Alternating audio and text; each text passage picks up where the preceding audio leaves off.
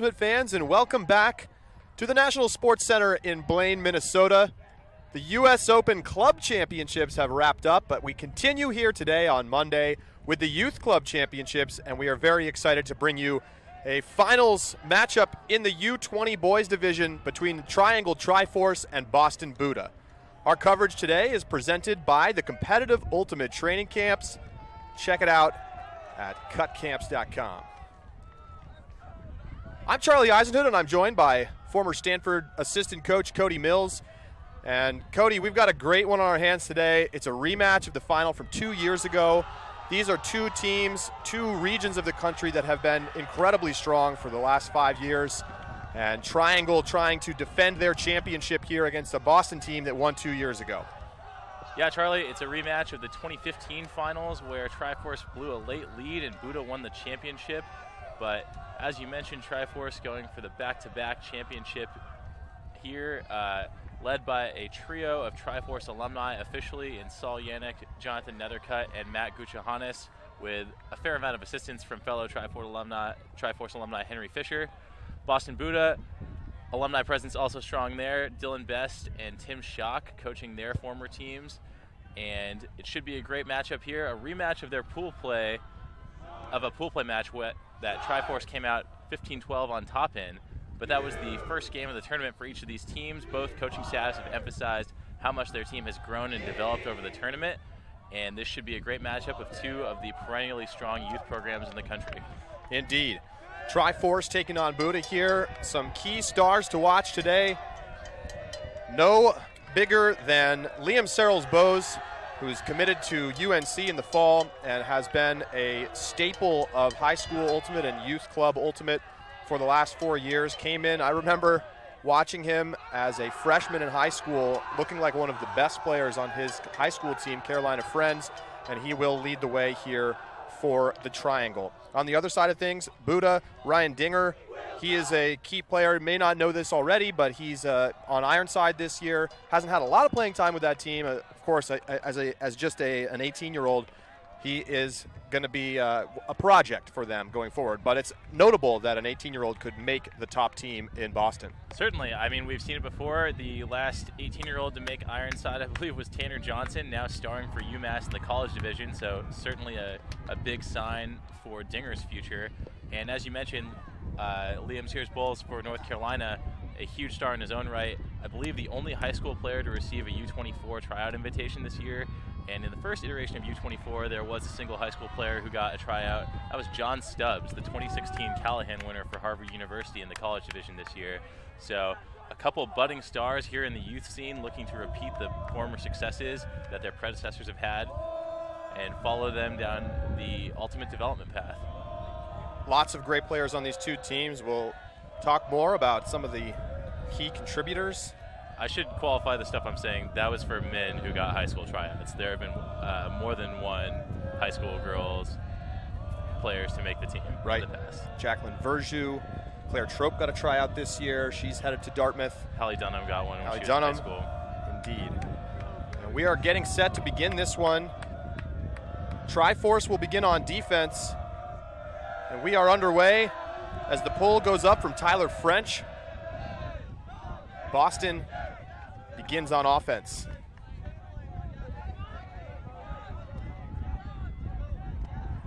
Boston, in typical fashion, patient with the disc. Will take what you give them. We should see a fair amount of discipline out of this Boston team. I was particularly impressed in their semifinal game against Texas with their D-line's discipline offense, something which D-line coach Tim Schock said has been a big point of improvement for them throughout the tournament. They move it up the line into the hands of Matthew Sabin. A call on the field. You may see that there are some observers out there wearing orange. They are instructional observers here at the youth level. They are not the typical observers that you see at the club level. They do not make rulings. They're only there to provide time management and rules knowledge. They do not adjudicate calls or give opinions. Disc bounces back for BUDA.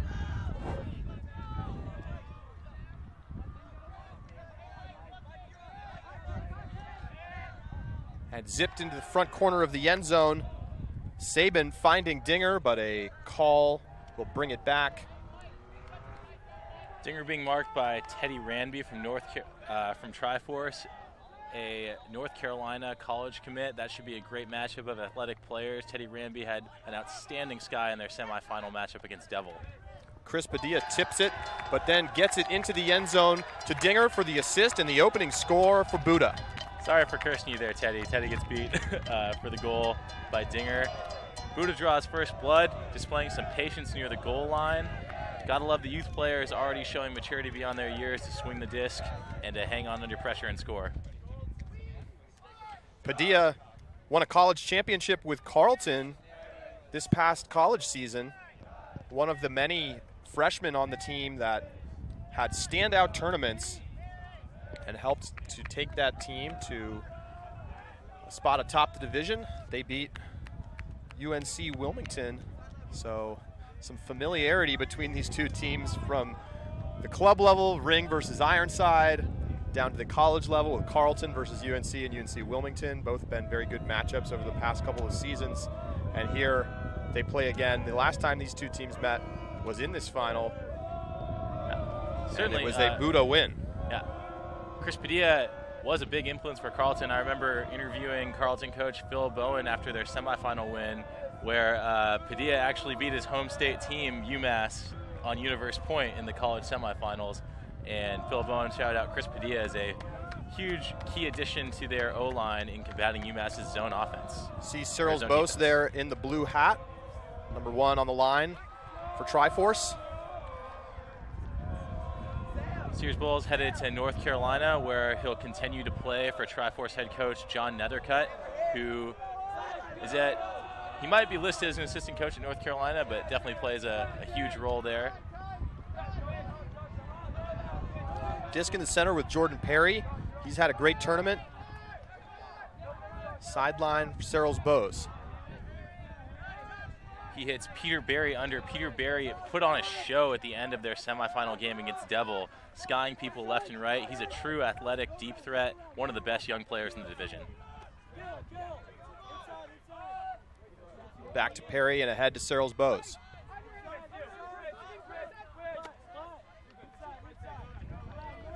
Perry headed to UNC Charlotte. UNC Charlotte, lesser known than their Chapel Hill D1 counterparts, but going to be a legit threat in the D3 division this year. Cyril Bose back to Barry.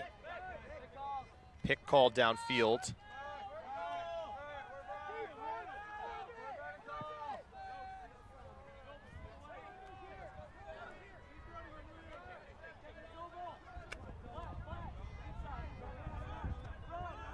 Triforce working it back and forth between the handlers. Triforce stack getting pretty deep there. You can see it's really just Cyril Bose, the handler who just received the disc, and the top of stack working the disc, trying to keep them in isolation to gain yards. No BUDA defenders poaching off and exploiting that just yet, but if they lose too many yards, they're going to have to pull that stack back in. And patience from Triforce as they work it in. Cyril Bose with the assist. Gets it into the end zone into the hands of Jake Taylor. Here we take another look. Nice break there from Perry. Cyril Bose sees his cutter there, able to just flip an open side backhand. BUDA beat to the open side. You can see some frustration from the defender right there. Not an easy throw, not a throw that you want to give up easily as a defender, but Triforce able to shake free and punch in their hold. So a cautious start for both teams. No one wanting to make a mistake in the early goings, and that's very understandable in a final situation. Yeah, I think they're just feeling each other out right now. Chatting with John Nethercutt before the game, he noted that in the pool play matchup, it was 15-12, but it was very much both teams' first game. There were several mental errors, blown defensive coverages, missed execution on offense. So I think both teams a little more aware in the situation that they need to handle their nerves and take the game at their own pace, feel each other out so that they don't make any big errors early. We'll see if we get a defensive change of pace from Triforce early in the game. Again, from our conversation with John Nethercutt, he mentioned that they ran out a few of their different, almost all of their defenses in their first game, just cycling through to feel out their effectiveness against BUDA, and he mentioned they liked what they saw in several of those looks, so we can expect to see some junk looks from them today.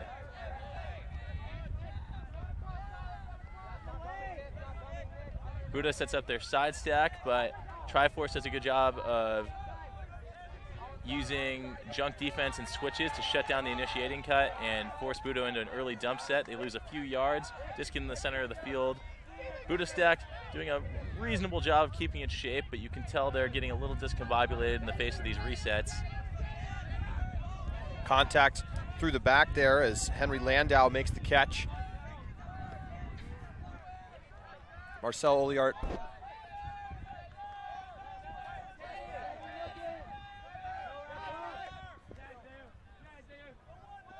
Dinger comes back and hits Padilla. Working up the open side. That's Harry Landau. He also had a strong performance in the semis, and he's able to hit Padilla going up line for the easy Boston hold. Strong offense there from BUDA. Taking another look at the scoring play. Landau hits the under. Padilla through that under, kind of jogs his defender out of position and comes from behind the play, catches his defender off guard and is able to clap catch for the hold. BUDA did a really good job there downfield, despite Triforce early poaching looks, shutting down their initiating plays, keeping their stack relatively clean, keeping it wide and their cutters out of the way, not allowing Triforce to further gum up their flow with defenders poaching. Eventually, the handler is able to find an outlet pass and BUDA flows smoothly up the field. Good job in the face of some early pressure from Triforce.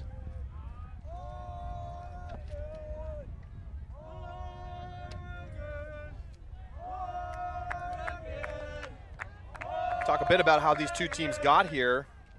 They faced off already, as we mentioned at the top of the show, in pool play. Power pools this year, top 8 teams filling 2 pools. So they already got a look at one another, but it was first game of the weekend, and Triangle head coach John Nethercutt said that it showed, that both teams were a little tentative, a little sloppy, and that he doesn't really necessarily think that that's indicative of what they're going to see in this game.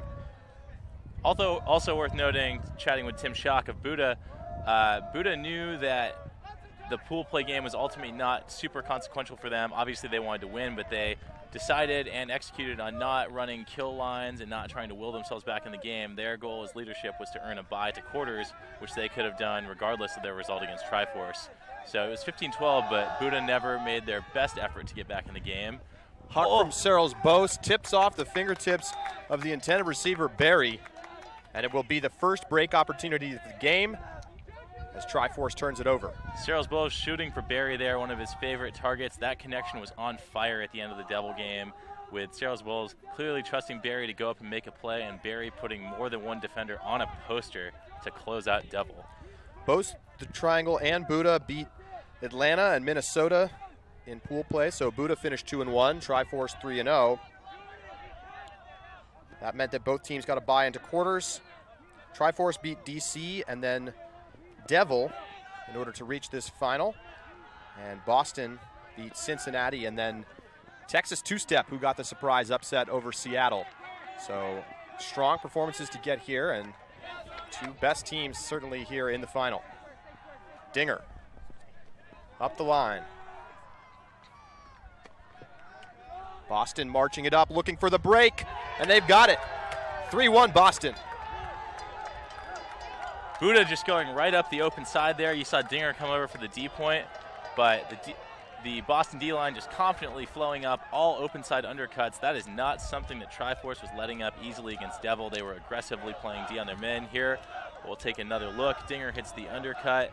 Another great cutter timing, just 1 second upfield, and almost get caught on the help D there on the up line cut, but Boston able to score off of some smooth offense and great cutter timing. That's another iteration of something we saw, I mentioned earlier, in their semifinal against Texas. Most D-line offenses will struggle a lot, but I saw numerous instances of BUDA being able to set a side stack and just flow uncontested up the open side. Great cutter timing, doing a really good job of committing their defenders' hips to the deep space and being confident enough to throw upfield from each position. Great job from the BUDA D-line. We've seen a couple different looks from BUDA this tournament. Against Texas in the semifinal, Texas two-step, we saw them deploy a force middle look, which is which we may see again here. It would be an interesting choice to play force middle against a North Carolina team. Force middle is certainly an in vogue defense down in the southeast region, but it would be a good change of pace. Not sure it would be the best choice against Triforce. Triforce has a deep stable of athletic receivers, and they certainly like their deep game, and force middle is a defense where you're challenging the offense to throw deep because they have to throw over the stack and diagonally. We could also see a clam set from BUDA that they didn't run in their pool play game, but have shown in their run through the bracket against Minnesota and Texas. Looks like it's just going to be one-on-one here as Triforce sets a hoe stack and shoots immediately from Perry. Looking for Searles Bose. He hauls it in. Nice job getting the defender off his back. Swing pass to Barry, and Barry's into the end zone for the Triforce hold. And that's easy money for Triforce. With the amount of throwing depth and athletic receivers they have, they're more than willing to play the deep game when they are given the chance. Probably not what you want to see from Boston early in the game. You'd like to see them at least make Triforce work the disc around a little bit, maybe take advantage of those early game jitters that a player might feel in the finals. But Triforce with the momentum grabbing hold, we'll see if Boston can answer on offense.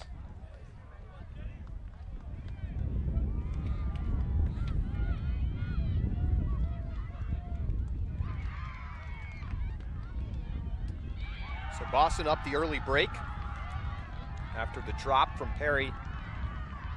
Wind swirling a bit this afternoon. Absolutely beautiful conditions here in Blaine, just north of Minneapolis. Sunny, about 80 degrees, and variable winds, probably 5 to 10 miles per hour. Nothing that these players can't handle.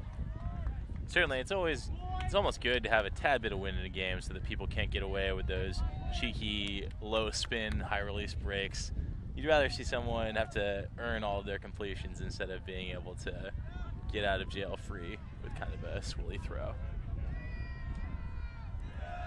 See if the path through the bracket has taken its toll on either of these teams. Boston might have had a bit of an easier route, not in terms of the quality of the teams they played, but they scored 2 15-8 victories, whereas both of Triforce's wins by 3 goals, 12-9 over Foggy Bottom Boys of Washington, D.C., and 15-12 over Devil.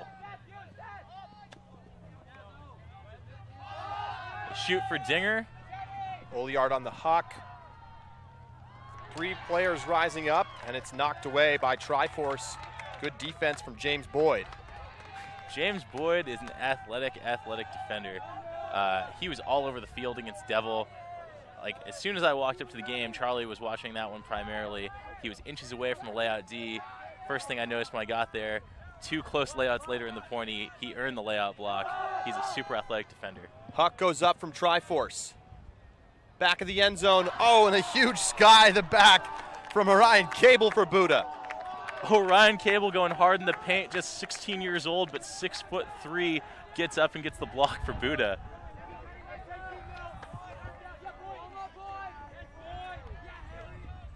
Boston. Another big bid from Boyd, just inches away, taking the Harry Landau matchup for BUDA, a matchup that John Nethercutt highlighted as one of their priorities for this game. Nearly poached on the under. Now Boston should have a mismatch.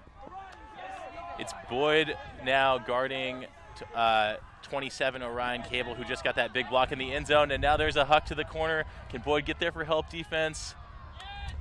Unable to catch up with that pass. So Triangle will get another look at it, but we may have a call. Again, if you were late joining the stream, there are observers in this game, but they are only for instruction. They don't actually rule on calls. They can offer perspectives and clarify rules, but ultimately the calls are going to be settled among the players in a analogous way almost to whiff-diff game advisors, except that observers here are using all of the USAU motions and time rules. Game is to 15. Soft cap at 85 minutes after the start of the round. There is no hard cap, so you have to score to win. A great feature now at USA Ultimate Championship events. And after some discussion between the players and the instructional observer, it does appear that the disc will go to Triforce in the end zone.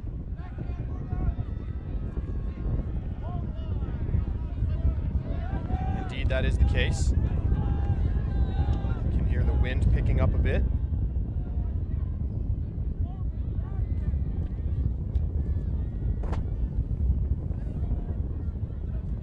So a long walk now. Yeah, it's for Ranby to pick up. It's a good thing these observers are instructional, because this person would have been stalled out by now. You only have 20 seconds to pick up the disc in the end zone, in case you haven't read the observer manual. Marked by Padilla. Move up the line to French. And French's pass back to the middle is incomplete. So Padilla will pick up for Boston. Looking immediately to the end zone. And he's got his man. And a big collision. Not sure he saw it coming there. As Landau gets bumped on the celebration with his teammates. And Landau will be joining Padilla at Carleton in the fall. So more strong youth talent headed to Carleton College here in Minnesota. Yeah, what else is new? YCC, the best pipeline in the business for Carleton College in North Carolina. Unfortunate turn from Tyler French there, a Georgia Tech commit. And BUDA is able to hit Landau on the open side in transition. Not sure what he was trying to do with the disc on the cone. I know what he was trying to do when he ran into his teammate, but nonetheless, BUDA's fired up. They've got their first break and drawn first blood. Let's see if they can go for more here against Triforce.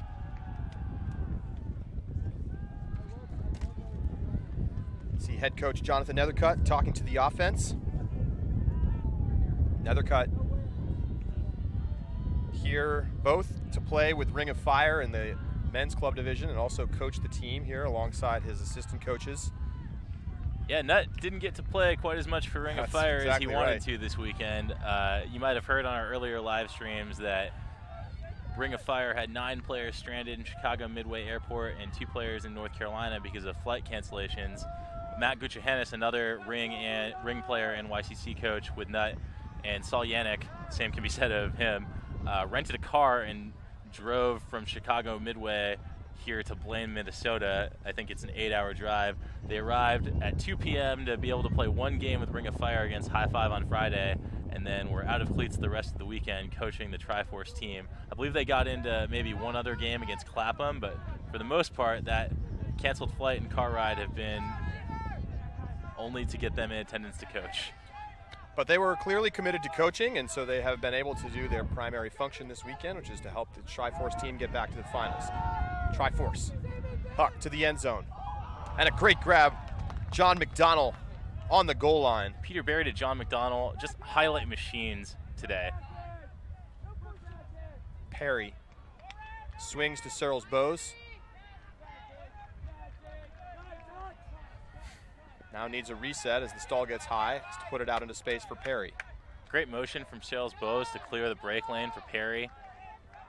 Perry setting up in a strange position directly back from Searles Bowes there on the trap sideline. You probably want to start you want to start a little further up because of the no down mark.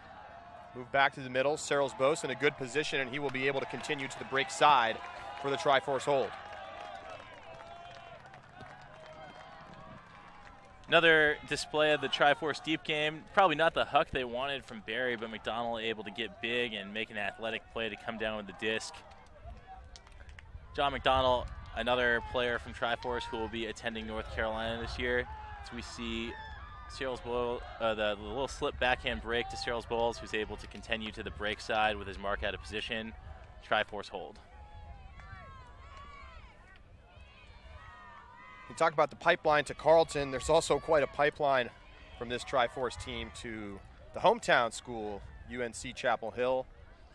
And They have just continued to draw in talent from this youth program that has paid dividends for their college team. That's absolutely true. From top to bottom, all kinds of Triforce alumni on North Carolina. Their Callahan nominee, Showtime, was a Triforce alumni. Obviously coached by John Nethercutt, who's a Triforce. Well, he didn't play Triforce, but he does coach Triforce. Matt Guchahanis, their captain last year, and I assume this year. Anders Youngst. They are just waist deep in Triforce kids on that team, and it's brilliant because they can run similar systems, and they can start teaching the same terminology and team mentality from a young age. Like, indoctrination into a college team's culture is a huge step for a freshman, especially if they've played on a high school team and have a whole different set of norms to adjust to. But Carolina able to start him young, and you've seen that success pay off as they've made the semis for 4 straight years. Dinger to the sideline for Padilla.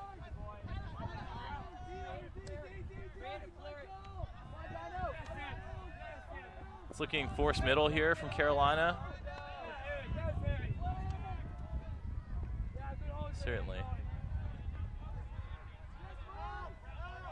So a little bit of Boston's own medicine on the flick, but on forced middle, but they've transitioned into straight up flick now. Dinger on the disc for BUDA. I hate that reset. You don't want that blow by cut to go to the open side because it just sticks your... Oh, great block.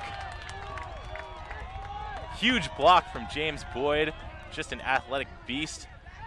John Nethercutt highlighted his athleticism before the game, and it's readily apparent to any observer here that Boyd was going to get that block. He's been inches away from a couple already, able to get the block for Triforce there. Got the high block earlier, so that's his second of the game.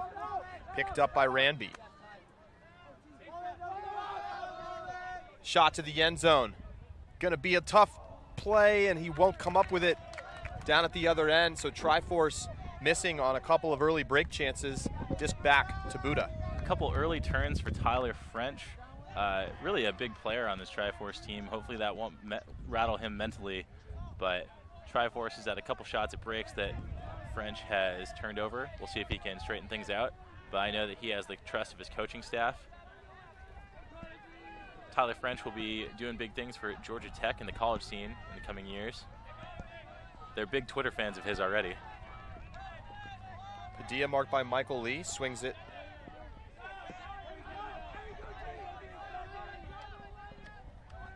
Nice outlet to Marcel Oliart.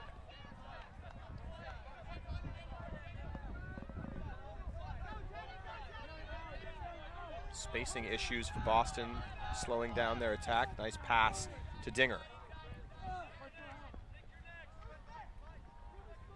And nothing special from Triforce here, just good athletic man defense, backing their cutters a little bit, but trying to beat them to the spot under. Thrower does a good job of hitting the outside shoulder of Oliart there to not give Boyd a shot. Landau puts up the big huck. Double coverage and nice defense from Ranby, but he went through the back. We'll see if there's a foul call. And it looks like Cable not going to make a call, so Triforce disc. Yeah, Ryan Cable, all of 6'3", going up big for that. But Ranby able to get up in there. I thought there might have been a little contact on the arm, but Cable says no foul, and Triforce will pick up. Shot deep. Ranby looking for French. French gets up over Padilla. Able to make the play over Padilla, and he gets into the end zone for the Triforce break. Well, the stars are out early for Triforce. Tyler French able to redeem his earlier huck turnover, beating Chris Padilla in the air and hitting the continuation as we take another look. French just gets a better read, doesn't do the best job of bodying out Padilla, able to stand up and comfortably find his receiver. Triforce answers back. We're back on serve. Each team with one break. And a good game brewing here early. Yeah, we knew the fireworks would come out there. Stars on both sides for each team. And so far they haven't disappointed. And it's honestly also been a clean game. There have been great plays, but they haven't necessarily been because of poor decisions or bad execution. It's just been athleticism and an exciting, exciting ultimate.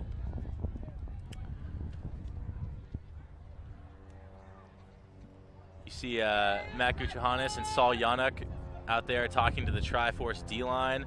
Guchahanis and Yannick, both Triforce alumni and lifelong friends, out here coaching this team alongside their former coach, John Nethercutt, who they played for at Triforce. We mentioned earlier that Triforce, in their first matchup against BUDA, ran through an array of defensive sets, and Coach Nethercutt said that he liked what he saw when they were throwing some of those looks, so maybe they'll try and capitalize on last point's momentum swing here to try and get another one back. But BUDA is a team that has a lot of patience. We saw that against the Texas Stone in their semi and throughout the tournament, that they're willing to swing the disc for yards and work through. So it'll be exciting to see how this matchup goes. Bricked pull here, so any chance of hiding a defensive set probably going out the window. It's going to be Dinger for BUDA as he walks it to the brick mark and into the middle of the field. Big line here, Marcel Oliart, a captain of BUDA, Henry Landau, and Dinger. Initiating cut from Kai De Lorenzo, but it big turns shot out to be deep. Padilla. And a great run down from De Lorenzo. Great shot from Chris Padilla as well.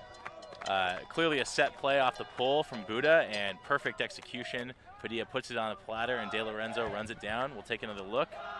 Padilla catches on the break and just a pretty OI backhand out into space. Hits De Lorenzo in stride, and that's a big momentum swing for BUDA. Answering back strong from the Triforce break. Watches the play get set up here off the high angle. See the cut from the far rail and a perfect throw to get over the head of the help defense.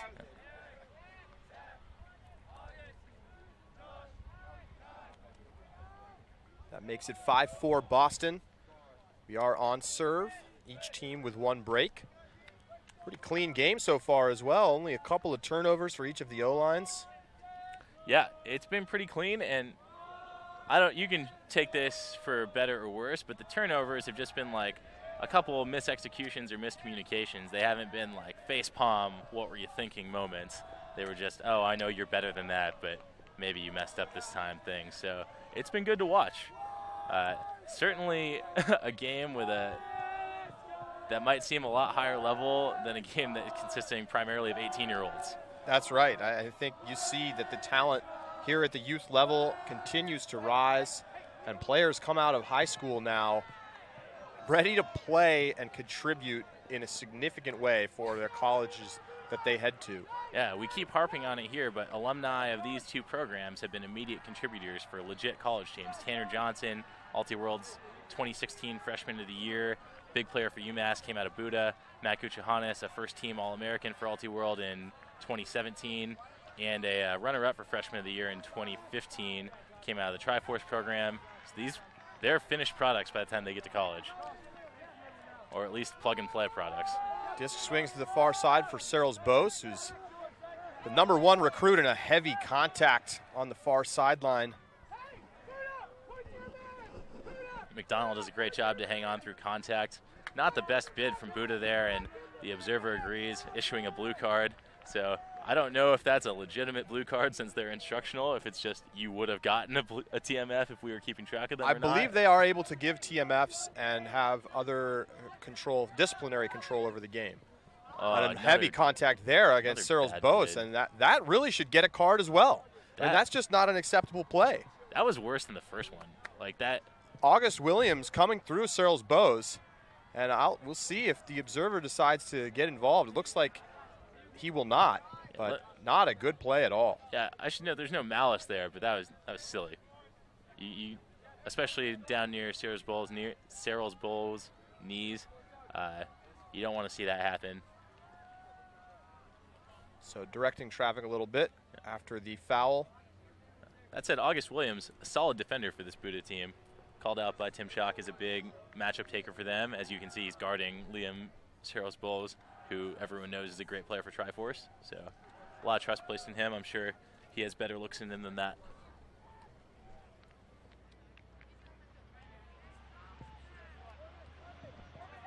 Searles Bose checks it back in, sends it up the line. Josh Lane in coverage, and then we see a score for Triforce up the line. Good shot after the disjointed point after a couple of contacts, but some question about whether or not that was a score, but indeed it is. So Triforce ties it at 5.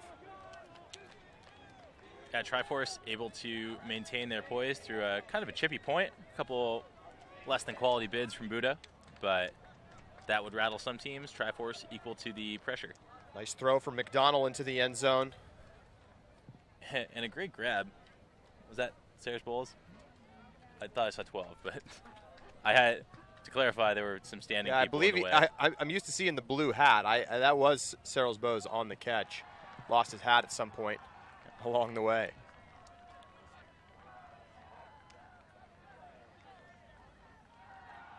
So a back and forth first half. Great competition. And you know, you talked about some of the players who've come out of these programs, and it's not just at the schools that are perennially at nationals. You know, Mac Hecht, who was on the team that won in 2015, huge part of that team along with Tanner Johnson. He has just been tremendous for Brown. Now on Ironside as well, and Brown getting John Randolph, one of the best players at this tournament. He played for Seattle, missed the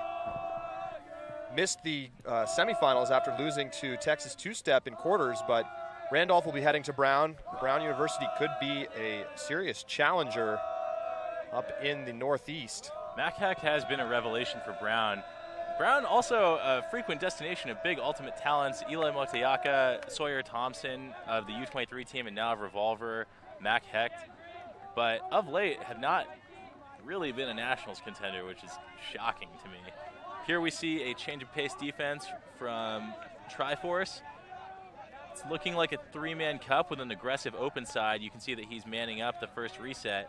I imagine Triforce will try and transition soon now that they've disconnected the Boston stack. But no, they're staying in it. And a big gainer up the far side, caught by Cable.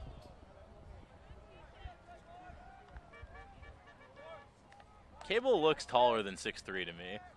Our media information guide says 6'3", but Padilla pivots, sends it back around.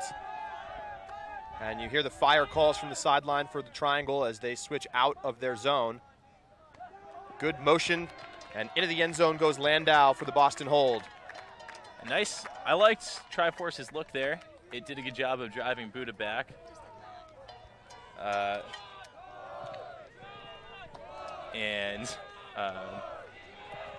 They did a good job of driving the BUDA offense backward, but BUDA able to make a great throw to escape and fast break for the hold.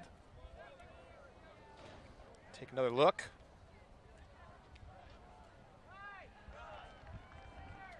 Landau gives and goes, gets into the end zone.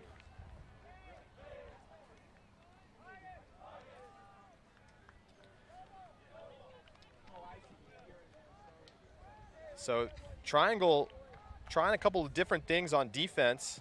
Haven't found much that's been successful yet. Haven't slowed down the Boston offense too much. It's been very comfortable from BUDA so far. Yeah, BUDA showing their depth and showing the patience and discipline on offense that we saw from them in their semifinal.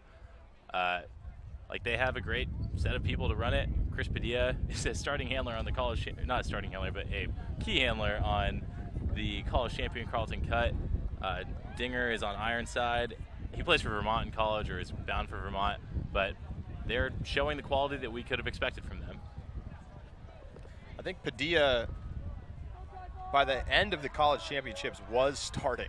That's how well he played. Yeah. Not a name that people were really paying attention to before the tournament, but he was a big part of their success. Heard a lot about him from head coach Phil Bowen and Nick Stewart, assistant coach. Yeah, absolutely. My hesitation was because they had him on defense some of the time and had him on offense some of the time, so it was hard for me to absolutely say he was a definitive starter. And a nice shot there as Perry releases from the handler space and gets open with some steps. And it's another quick score. Nice play call from Triforce there. Perry is pretty consistently in the backfield, and McDonald's usually outfield, but they center to him. Perry takes off. McDonald gets a little lucky that his edgy flick out to space gives Perry enough room to run to it, but Perry able to lay out, secure the catch, and secure the Triforce hold. Nice set play.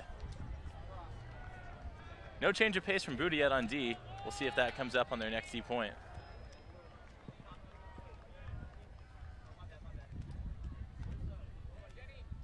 See Matt Gujohannes talking to the line. John Nethercutt there.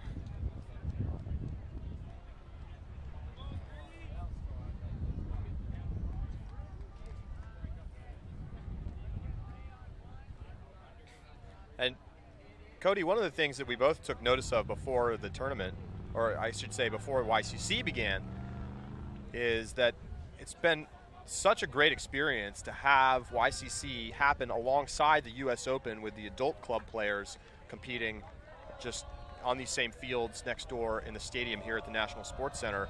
Lots of YCC kids out watching games and watching their idols compete here in Minneapolis. Yeah, it's been a really cool feel. I'll try and get the story. We'll come back to it as Carolina pulls and runs down. Lands just in bounds, and we'll get checked in. It's Dinger on the disc. Looks like one-on-one from Carolina downfield. Marcel Oliart on the disc.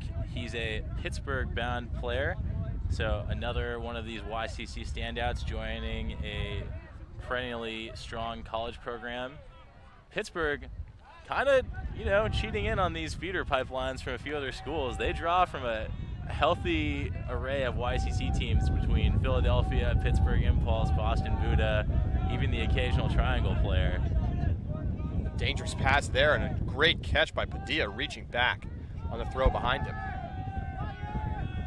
That's Dinger who hangs on through some physical, to say the least, dump defense. Another nice catch from Padilla saves possession.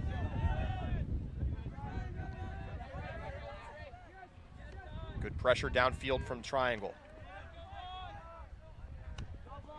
Samuel Hersteig swings it out to the far side. Great cutter timing from BUDA to continue open side. They really just know when to hit the triple point and when to break as soon as their receiver is looking upfield for the continue. And as soon as that breaks down, Padilla is able to sense when he needs to fill for the up line cut, or right there when Dinger needs to fill the open side and grab the score. Boston holds again. Dinger with the spot up 3 celebration. Needed a little help from Oliard on the basketball hoop to catch it. Here we take another look. It's a little late in the count, but Dinger downfield beats his man to the open side as the dump set breaks down. Boston able to grab a hold. Assist there from Walden Ing. Staple on the O-line for Boston. So something that came up during that point, we were talking about Pittsburgh kind of getting in on the pipelines from BUDA and Triangle into Carolina and Boston respectively.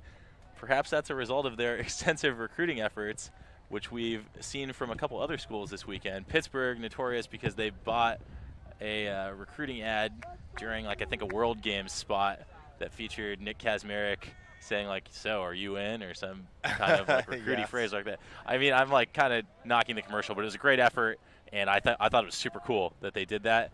This weekend, we've seen Case Western Reserve set up a table in the kind of vendor area. They're representing, I believe, the USAU ACE College Development Program, but they're handing out flyers for the Case Western Reserve University Fighting Gobies. That's both their men's and their women's team, as well as a little bit of swag, some jerseys, some lanyards, trying to recruit the country's best to check out Cleveland. And as Jacob Lund, one of their former captains, said on Twitter, they're not coming to Cleveland for the climate. They're going to come for the established Ultimate program. Case Western into nationals. In 2016, they stole that. Well, they didn't steal the bid. Lehigh cleared a path for Case Western, who was an eminently qualified team to make nationals. Absolutely. Cyril's Bose underneath. Shoots deep. And it's caught. And it's in the end zone. That's Aaron Winmore. And Triforce ties it at 7. Yeah, Triforce able to escape some good pressure from BUDA. BUDA drove back the Triforce handler set, kind of got the stack disconnected from the handlers. Here I believe we're only going to see the huck, which Winmore is able to reel in despite great pressure from Zach Riley of BUDA. But BUDA did a good job of driving Triforce back, but they're able to hit an under and then hit that quick continuation for the goal. So that'll be 7-7. Next point will be for half, and the half-break lead, as it were. Huge point. Yeah, huge point. I'm expecting to see some big lines from both teams. I'm sure we'll see Dinger and Padilla for BUDA. I bet we'll see all of the big names for Triforce. Absolutely. Yeah. Take a look at the line here for BUDA. Indeed, we do have Oliar, Dinger, and Padilla standing 2, 3, and 4 on the line. At 1 on the line, it looks like Matthew Saban, and Henry Landau out there, another one of the highlighted matchups by John Nethercutt. Getting a little eclipsed by the sidelines here, so I apologize. I can't finish the BUDA line, but sidelines filled with spectators and players, people continuing to pile up. Looks like Triforce is going to call a timeout before this big point for half. The way this game is going, it's been back and forth pretty much on serve, so while there's no hard cap, scoring the last offensive point could mean a big thing, and you certainly give yourself that advantage by taking half. So a chance for the teams to talk over some strategy on this key point. Lots of good, clean offense in this first half. Clean offense and impressive set plays to me. Not every point, but some very impressive, well-executed set plays. I think that's one of the differences between the youth scene now than even 5 years ago. You just have more teams with not just coaches, but coaches who really know the game, who are setting up sophisticated offenses and defenses. Of course, you look at the two teams, the BUDA coached by Dan Horrigan, who also coaches Needham High School in Massachusetts, and John Nethercutt leading the way for Triforce. And it's not just let's run vert stack and let's run man defense. There's a lot going on. We see side stack, we've seen flood plays. I mean, it looks like a miniaturized version of high-level club at the adult level here in the United States. Yeah, it's super impressive. Like, credit to all the kids who are taking this in and being students of the game. Another impressive aspect, both of these teams have 4 coaches, like 4 good coaches. People taking control of the offensive and defensive lines, respectively. That is amazing. There are college teams with 0 coaches. That's right. And, like, Boston has Dan Horrigan, Needham High School coach, and Westcott, Tim Schock, a current college player, but a U24 player, and a BUDA alumni, and Dylan Best from Pittsburgh, who also has a championship. Triangle has Matt Guchahanis, just made U24, Saul Yannick, played Junior Worlds, John Nethercutt, Callahan winner, Henry Fisher, college champion from Carleton. Like, that is a star-studded cast, taking a lot of time to make these players elite. Boston moves quickly down the field. Padilla looking to the end zone, but it's tipped and it's knocked away. Good defense down at the other end from Searles Bose. Rough decision from Padilla, I think. Boston was rolling. Great cutter continuation, as we've seen from them this whole game, from Landau to Padilla. But Sears Bulls just undercuts the route and able to get the turnover for Triforce, who will have 70 to break for half. They set up a vert stack. Interesting not to see Peter Barry on this point, to me. He's been like the powerful cutter for Carolina. Searles Bose hits the reset. Wow. And low pass turned over. Well, Teddy Ranby unable to corral that pass. Even as we talk about how they look elite, there are certainly still a few mistakes to get out of the system. Great field position, of course, here for Boston. Dinger on the goal line. Nice isolation defense from Carolina, sticking right in the hip. Oh, but a blown coverage there from Ranby. I believe it was Ranby, but there was a little bit of switching going on. Just a free open side flick for Dinger to hit. Boston takes half, 8-7 over Triforce. We watch it again here. Not very many options for Dinger, and he had to look back upfield at a high stall, looks to the reset, back upfield, and he has the inside flick option for the easy goal. I feel bad for John McDonald, who played outstanding isolation defense on the ISO cutter, shut him down 4 times. And as soon as that guy clears, there's an open lane to the guy at the back of the stack. Well, that will do it for the first half. It's Boston BUDA out in front of the defending champions, Triangle Triforce, 8-7 here at the break. We'll be back in just a few minutes. Thanks so much. You're watching Ultiworld's coverage of the 2017 Youth Club Championships Boys Final in the U20 division, presented by CutCam.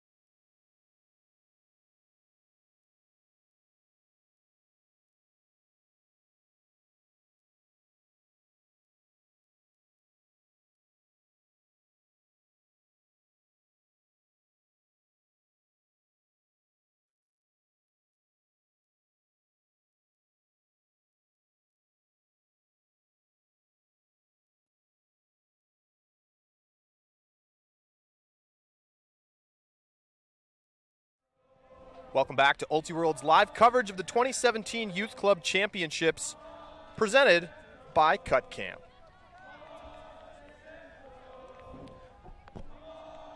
Thanks so much for joining us, everybody. We are getting set to start the second half here with Boston holding an 8-7 lead over Triangle Triforce, the defending champions here at YCC. And the pull is up to start the second half. We are on serve, Triangle receiving out of half.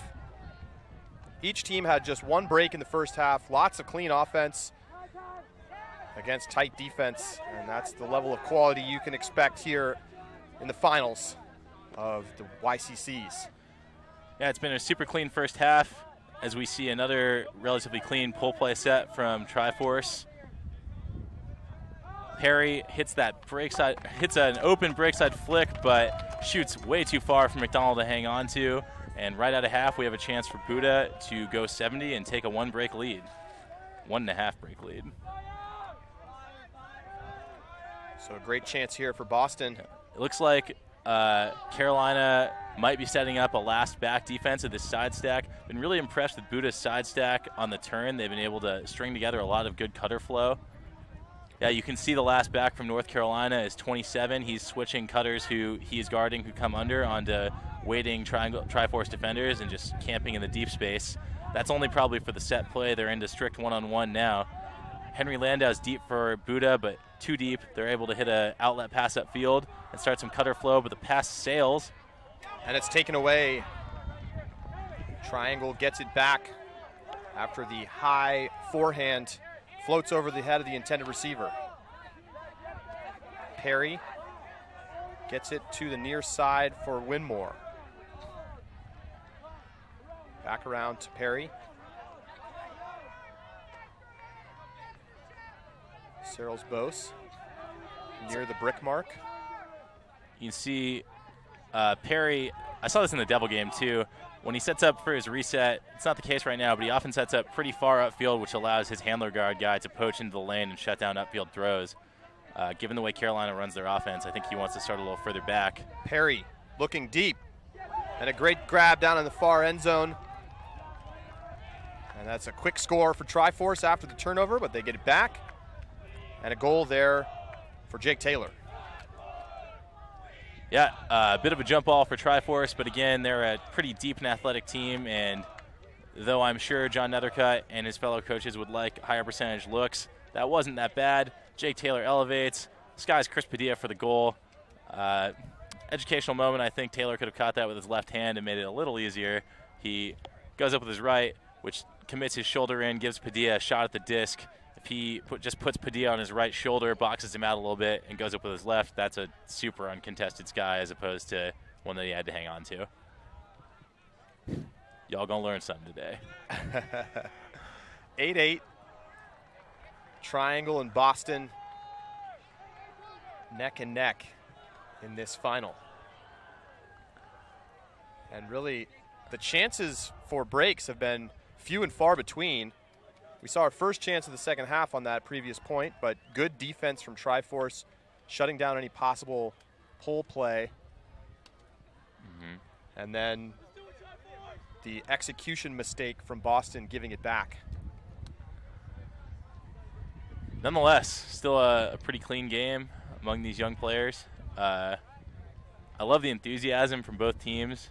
There's a lot of cheering from both sides, even after they get scored on. Both these teams really understand that the mental energy of your sideline and the culture of your team in the face of adversity is super important.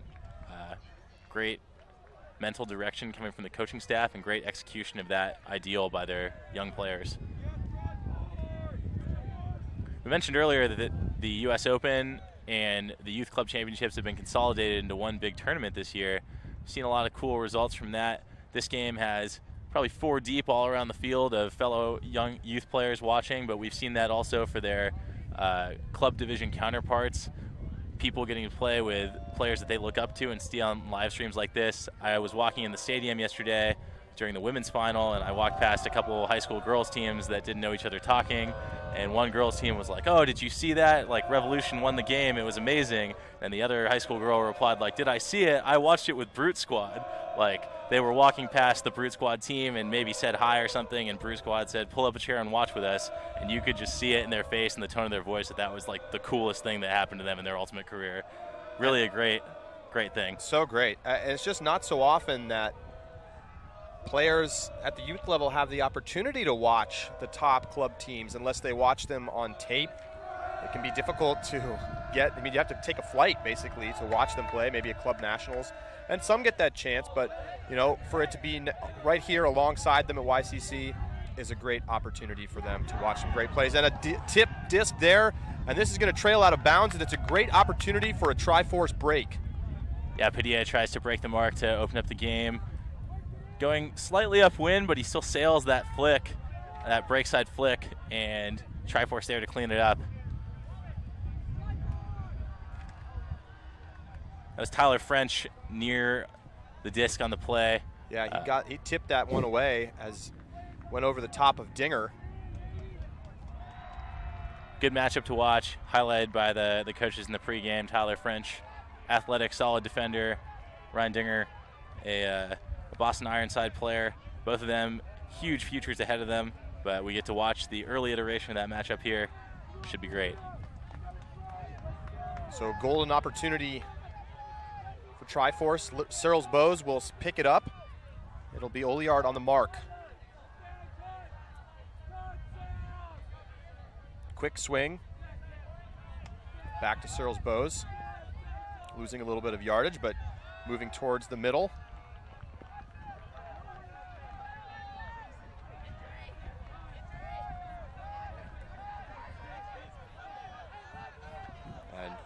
Further yardage losing plays here. Wouldn't be surprised if we saw a triangle timeout. Dominator cut there. And lots of isolation for the handlers right now for Triforce. Searles Bowes breaks the mark but misses the target, so a mistake for each team looking for the break throw, and Boston will take over, and a great job by the Boston defense to get it back. Now immediately looking the other way, trying to huck in transition, and it's an easy takeaway for Triforce. James Boyd again on the block. BUDA best pick on someone else. James Boyd being every bit the athlete we've been told he is in this game. I believe that's his third block, D'ing up Henry Landau. A solid player for BUDA. Boyd still relatively unpolished as a skill player, but one of the best defenders on this Triforce team. That's his third block of the game.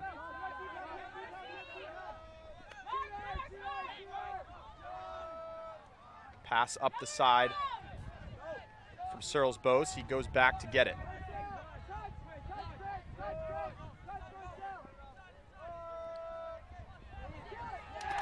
And Boston gets it back. So the Boston O-line defense, stout.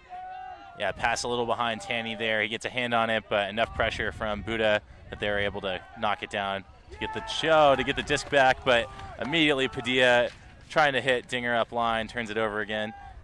So it's a 3 turnover point now for Boston. Last time we saw a point like this, Triangle got a break out of it. It's their only break of the game. Looking to take the lead, and a stoppage now, I think an injury. Indeed, it does look like Michael Lee taking to the sideline after an injury of some kind. So substitution, and Triangle will take over on offense. D-line, third chance this point. Triangle putting a horizontal set out with their D-line. And just a stone cold drop. And now it'll be an easy red zone possession for Boston. So 0 for 3 on this point, Triangle. Boston with a chance to finish it off with a hold. Dinger to the disc.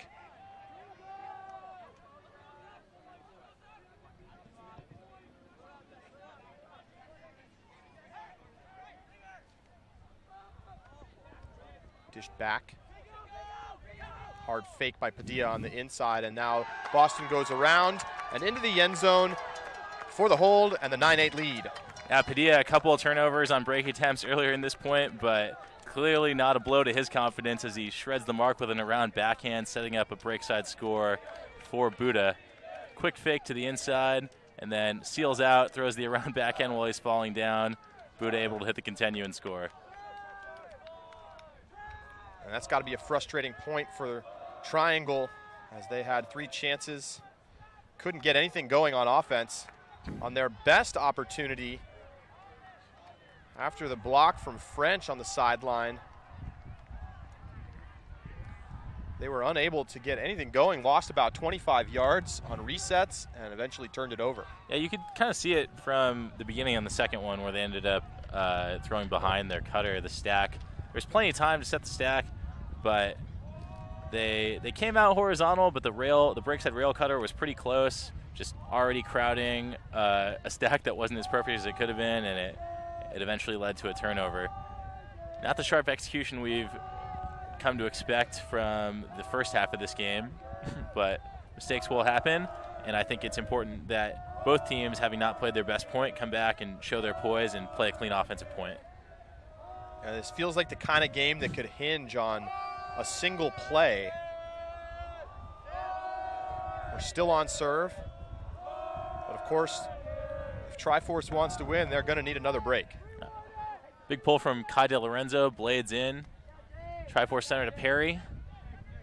It's McDonald in isolation for one, but they hit Sarah's bows under. It's underneath with McDonald. Dished back to Searles Bowes. He steps into a throw, but it's going to hang up there. Can Perry make a play? He cannot. Good defense from BUDA. De Lorenzo goes over the top of Perry. Chance for them to extend the lead.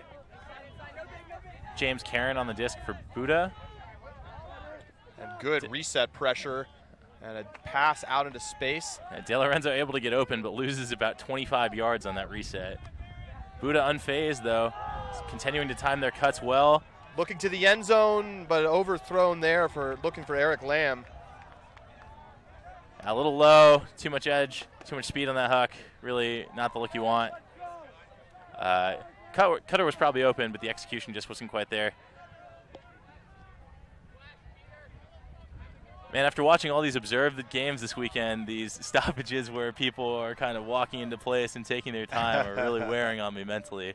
I kind of expect it to start faster. Of course, the players themselves could try to enforce the time limit between the turnover and the check-in, but uncommon. Peter Barry runs the first cut from the top of the side stack for Triforce. Novel look there. Searles Bowes in isolation comes underneath. Now puts up his shot. Again, it's going to be covered. And a huge sky on the other side for the Triforce hold. Wow. John McDonald continuing to make plays. Wow. Roofs a defender and probably one of his own teammates to rip down the sky for Triforce. That's just a pure 50-50. Not a great throw from Searles Bowes, but McDonald makes the play. Wow, John McDonald just making posters left and right today. Searles Bowes probably would want that throw back if he could have a second chance at it, but nonetheless trusts his athletic receivers to make a play. Triforce getting the job done with their athleticism. Also, quick shout out, Liam Searles Bowes. I'm sorry I keep butchering your name, as well as Eli Modica. I know I killed your name in the first half too. Gonna try and do better, but just acknowledging to both you guys, you're both great players, even if your names are hard to pronounce. Liam Searles Bowes, already mentioned it, heading to UNC in the fall. So is McDonald. Right. I mean, you think the UNC team, who beat Carleton, the eventual champion, pretty soundly in pool play, ended up losing to UNC Wilmington in the semifinals, blowing a huge lead late in the second half. That was Jack Williams for Wilmington leading the comeback.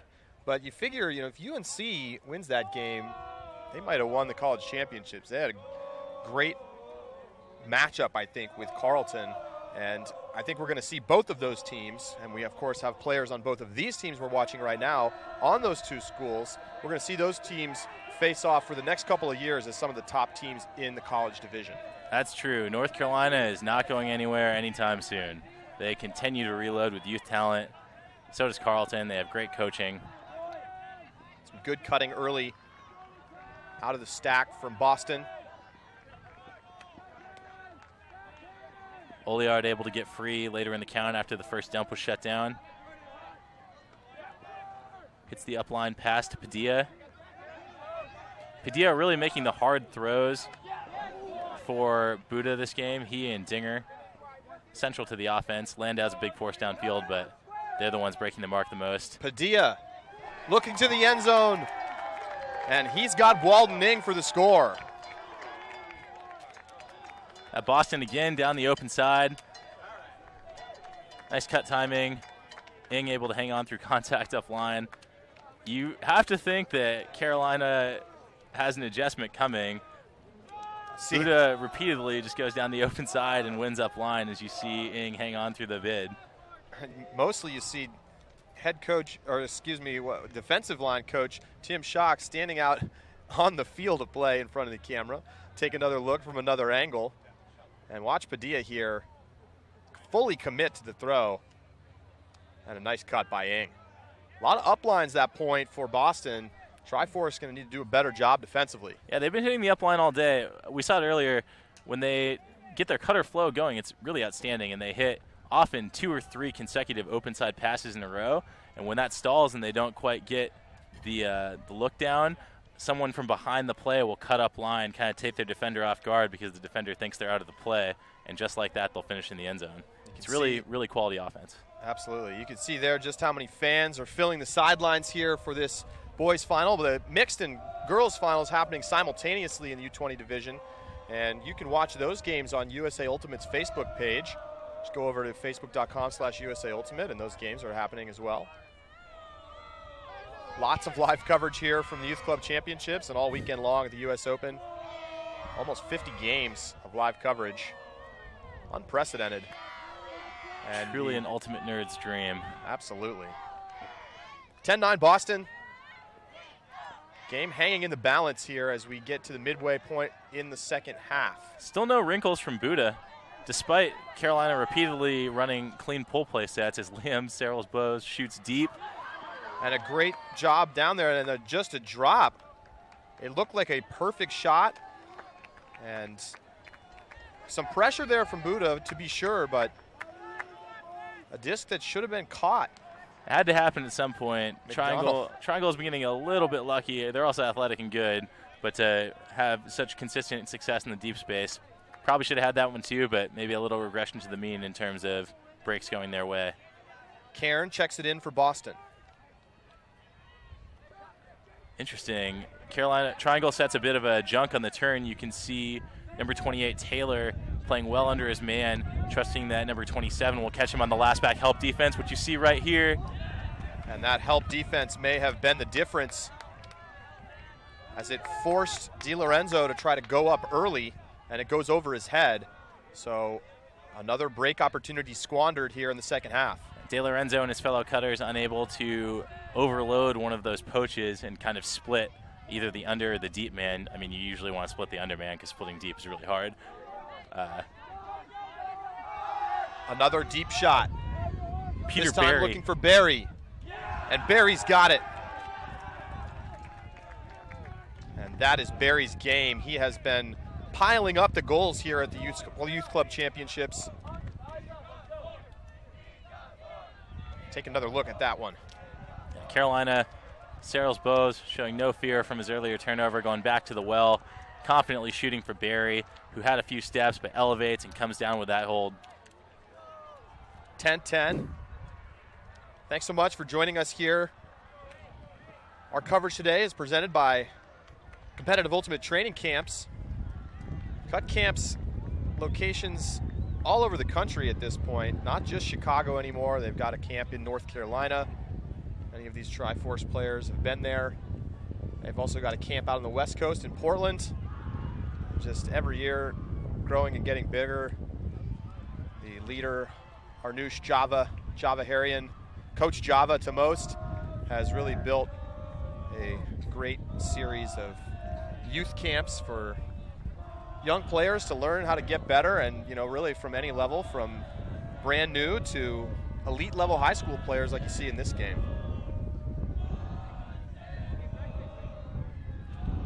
Boston to receive, a little bit of wind picking up here from right to left as you watch the stream.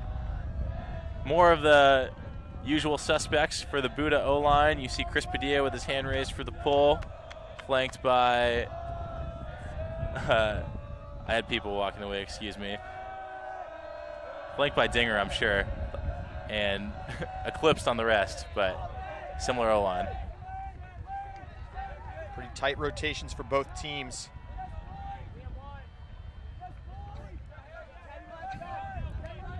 Nice job by Triforce to shut off the unders.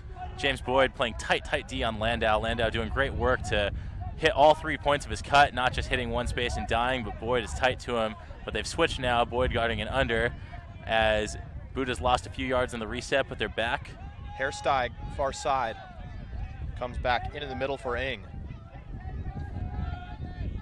Padilla, low pass, but caught on a soft layout from Landau. BUDA doing a great job of staying committed to their cutting, even as the handlers lose and gain their yards. Cutters aren't losing their shape. Oh, Padilla gets hit in the nose. Ouch. And just a pass a bit too far out in front. Padilla made the catch, but help side defender came into the space. Let's take a look at what happened there. And this is just a reset to space. And get hit right in the face as he made the catch. Yeah, Padilla blindsided, focusing on the catch. The defender is trying to sneak in for help, but nothing bad in it, but hopefully Padilla is okay. Jake Taylor there marking Padilla. Looks like he's okay. Took a moment to collect himself.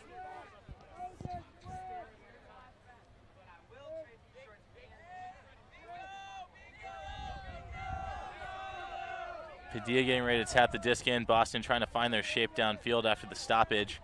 Looks like Landau catches the isolation cut under, still guarded by Boyd. Swing to Padilla. Breakside handler needs to get out of the break space there. Padilla catches the swing, has his mark on the run, has a clear, if you can see, downfield flick to a man, but his breakside handler Ng sitting in the break lane should have been going up line or going way back out of the play as that swing developed. Something he'll learn as he grows up. But Padilla looking to Ng, who does get up line here.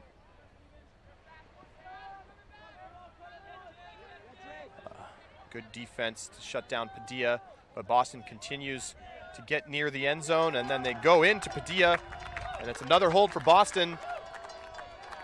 Triangle defensive efforts just not enough here in these fabulous offensive conditions here in Blaine.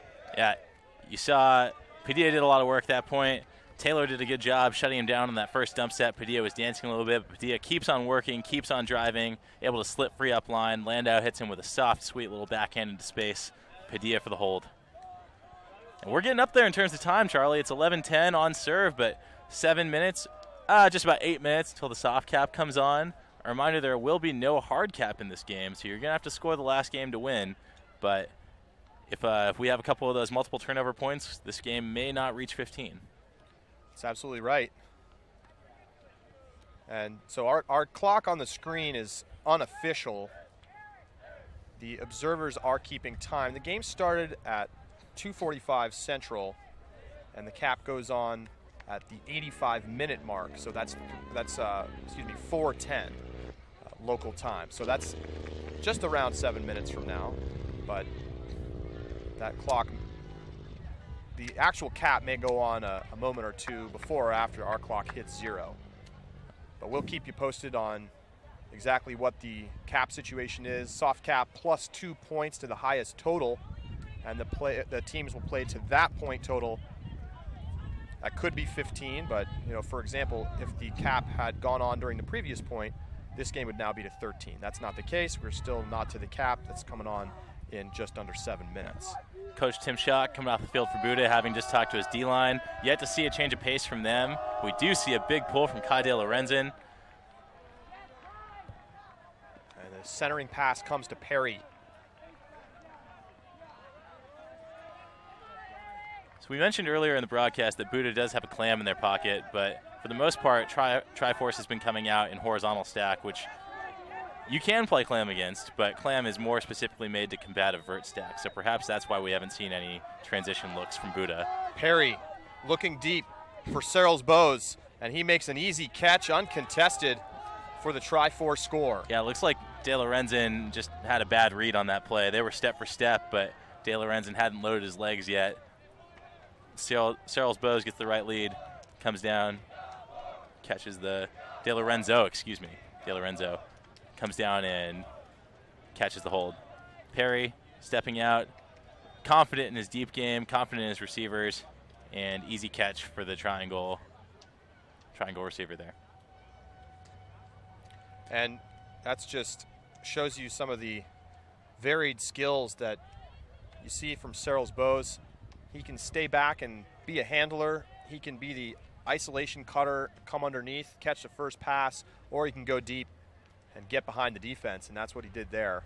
And really, even in a one-on-one matchup with a height mismatch, he's going to come down with it more often than not. Yeah. That's the kind of player that he's been throughout his high school and youth career. Yeah, he's a pick-your-poison kind of player. Like you mentioned, he's not the biggest guy. He's listed at 6'1", but someone who's been playing as long as he has understands how to read the disc and use his body well to be a deep force even when he doesn't necessarily have a height advantage.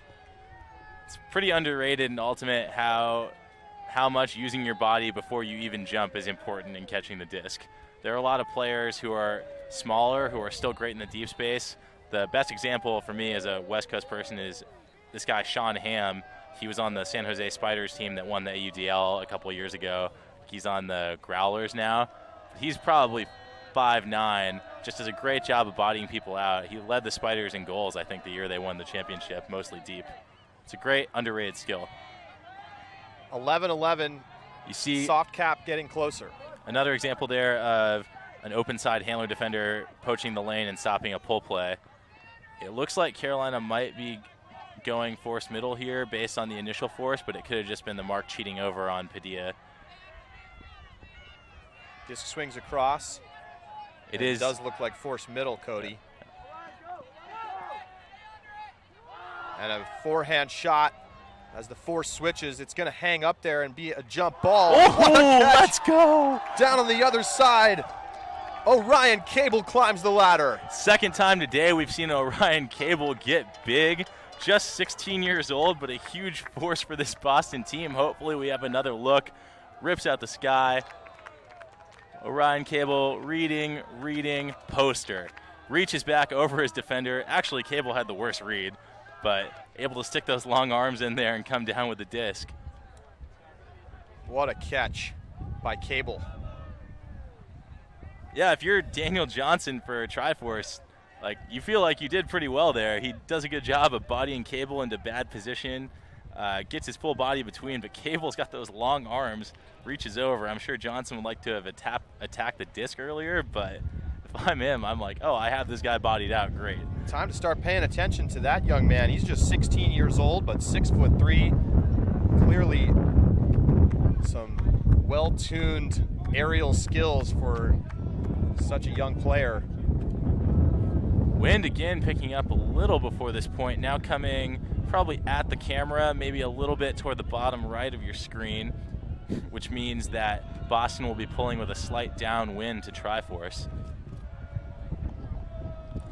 Triforce with a nice synchronized move on the line. It's not quite the revolver clap. It's not quite the Columbia holding hands or dance, but it's a good in-between. Yeah, I like they do the little triangle at the end. Yeah, I'm feeling that. Very Illuminati of them. Here's the pull from Boston. 1 point lead as the cap gets quite close. Could go on during this point. Centered up to Perry. Quickly to the outside for Searles Bose, initiating out of the stack. Interesting offensive approach for Triangle here.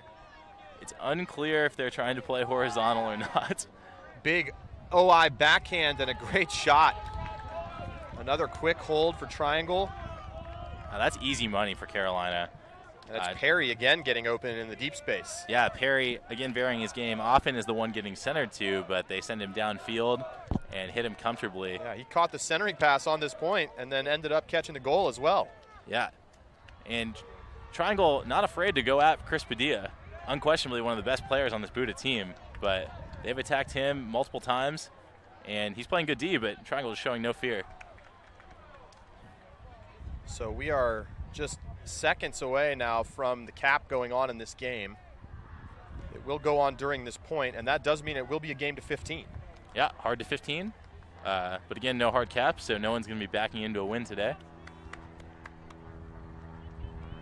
What a game we've got on our hands here. And the sidelines continue to fill.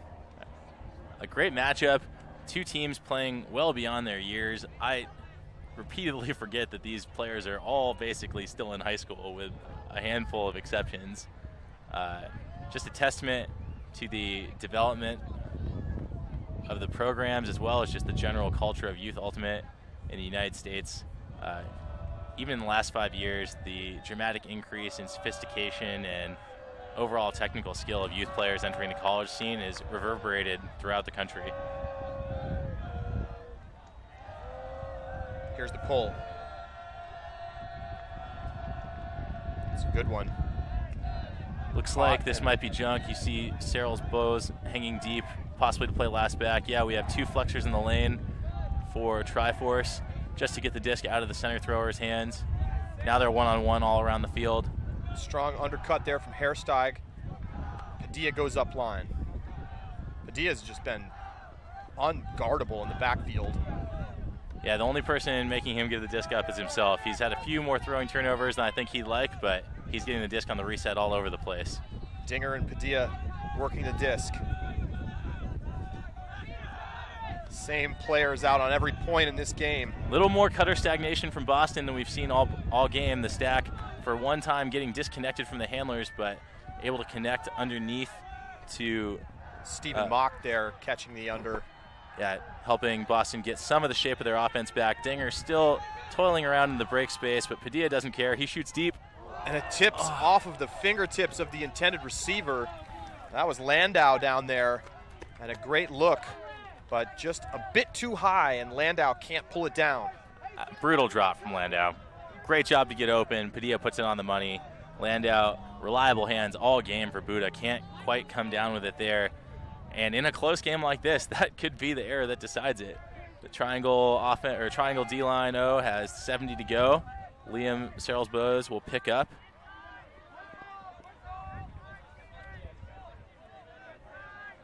A little bit of confusion downfield for the triangle cutters. No open side cuts coming. They're trying to work that break side. Now looking deep. It's a short pass. It's tipped up into the air. Still catchable, and what a catch! Now into the red zone. Teddy Ramby getting huge to save possession on that play. And the gets break. The dish. Triangle goes up 13-12 after the improbable catch from Lanby. Just an unbelievable play from Ramby to stick with it. BUDA gets up for the block, but it tips in a full, probably 3-foot-high horizontal layout for Ramby to hang on. Here we hopefully can get another look. They shoot a speculative huck that turns over. Defender is there for the block, Oliard, but Ramby, huge arching layout. The dish, the triangle finish, and they take a lead by one break over BUDA. 13-12 in a game that's now hard to 15. Wow. And we talked about it earlier this half. It could come down to one play. Perhaps that was it. As Ranby, the UNC commit, makes an unbelievable layout catch on the tip disc. Honestly, there could not have been a more Triforce point for this game. A huck that was like, oh, he probably wants that back, but you know he trusts his deep receiver. Even though on that one, the deep receiver doesn't get the initial sky, he's there with a huge athletic play. Let's watch it one more time. Big huck. Goes up, it's short, it's tipped. Oliart can't quite find it. He sees it only to turn around and see Ramby getting big. Unbelievable. High drama here in Blaine. Triforce up 13-12. And there's the official horn. It won't make a difference in this one. It's to 15. Not sure why that horn was so late. Maybe they got the round started late. But hey, this is a big line for Triforce. And they are looking to put it away. Take a look at this line. You have Boyd, athletic monster. Ramby, the guy that just made that crazy catch. Peter Berry, their best deep receiver. Liam Saros-Bose pulling. This is a kill line for Triforce. They're going for it. Nicely handled on the pull as it rolls in with some pace. Boston needs a hold. Oliart cutting under, locked up by Berry. BUDA working through their resets, but high pressure downfield. Still Padilla and Dinger trying to work it around. Cutter's kind of letting them down, getting a little too deep, allowing Triforce to lock up and sit on the under. And a call will bring it back. BUDA's in decent position right now if they can stack to the left and get one cutter in isolation out of the stack. Unclear if they're going to try and do that or stick with their regular set, but the cutters need to compress their stack a little more and get out of each other's way. Dinger and Padilla doing a job to keep it alive, but they're going to need a little bit of help. Quick swing. And a good undercut. Yeah, there's that Boston cutter timing that we've been doing well. They didn't hit the continue, but shooing an open look there. I'm not really sure why that wasn't thrown to. Maybe some nerves, the wind swirling a bit here at the National Sports Center. Dangerous pass is taken away by Triforce. And and like a call. And it looks like there is no call after all, and you see Perry pumped up as he calls a timeout. Triangles first here in the second half. Rarely a more enthusiastic timeout. Padilla and Dinger were doing a great job that whole play, but just the disconnect between the stack and the cutters is really forcing them to do a lot of work. That reset sails over Padilla as we take another look. Here you see Dinger look upfield. He missed an open cut, or he didn't throw to an open cut, ends up throwing the swing to Padilla over his head. But Perry just outreaches Padilla, gets the catch block, immediate tee for Triforce, who are now about 10 yards away from a break to make it 14-12 and put them on the doorstep. See BUDA in the huddle, talking to their head coach, Dan Horrigan. And they have a huge defensive stand facing them after this timeout. True. This would be a great. Tim Schock mentioned that there's a clam look that BUDA has, and near the end zone, especially if you play a vertical stack end zone set, as I expect Carolina to set up, the poachy clam look on the break side and the open side could be a time that they pull out the card that gets them a turn. We'll see how they come out. It's Perry on the disc, a confident thrower for Triforce, but he also, at least judging, you essentially have the offensive line out there right now for Triforce. True, there is a lot of the offensive line out there. Padilla's going to be on the mark. He's a big 6'2" mark, smart player, so hopefully no cheap breaks. Oliart's going to be on the first dump, which is Saros-Bose. Bose toasts him up line. And a huge layout for the backside to get it back for Boston. Dinger, wow, great awareness. Great cut from Saros-Bose to get open and beat Oliart, but Dinger's right there with the heads-up play. Huge for BUDA. Dinger read it all the way, gets it back for Boston. Saw the cut setting up. We'll get another look when we get a chance. But for now, we'll get back to the action as Boston looking to go 70 yards for the hold and the tie game. Big swing comes around into the hands of Oliart. Yeah, it's looking force middle for Carolina off the turn. Probably using the timeout to call a new defensive set because they weren't force middle off the initial pull. Very deep stack right now for Boston, a big gainer. Yeah. I like the choice by Carolina to go force middle because of Boston's really strong cutter-to-cutter flow. It doesn't give them the ability to turn and hit the continue up the open side because the mark has changed. And the poach now giving an opportunity for Boston to get a couple of quick passes through, gain some yardage. Padilla here Good flick. Continuing it along. Boston. Sabin throwing a dump out into space. Dangerous pass, and it's caught. Nice job by Padilla to get down and get that one. Huge play by Padilla. He's really driving them this point against the changing marks of North Carolina. He's breaking the mark to his cutters, who aren't able to continue themselves, but are happy to dish it back to Padilla. Sabin hits the under. Walden Ing now looking for the reset to Padilla. Not there. Pivots. Inside flick. Layout D.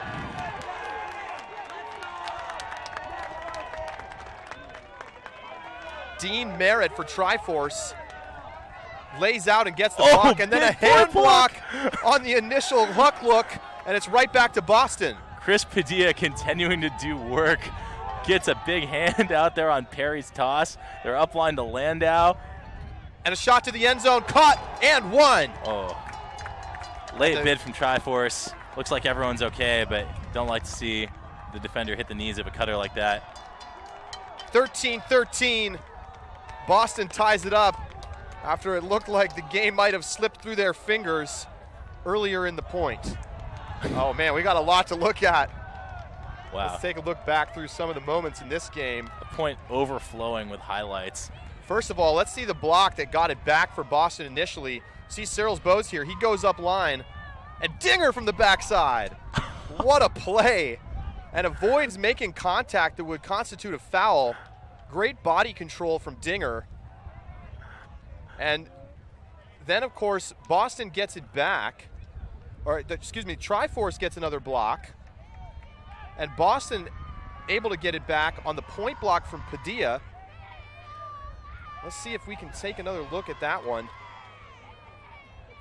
And just see it there. Yeah. Tricked our cameraman on the sideline and say another look from the high angle.